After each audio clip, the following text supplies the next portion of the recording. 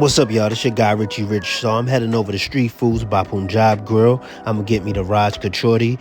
Y'all see it right there. It's 139 rupees, which is $1.67 in USD currency.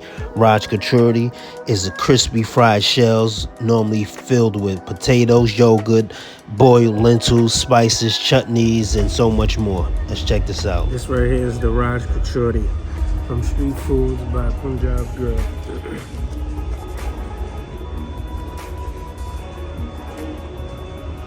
Look at this, like a volcano.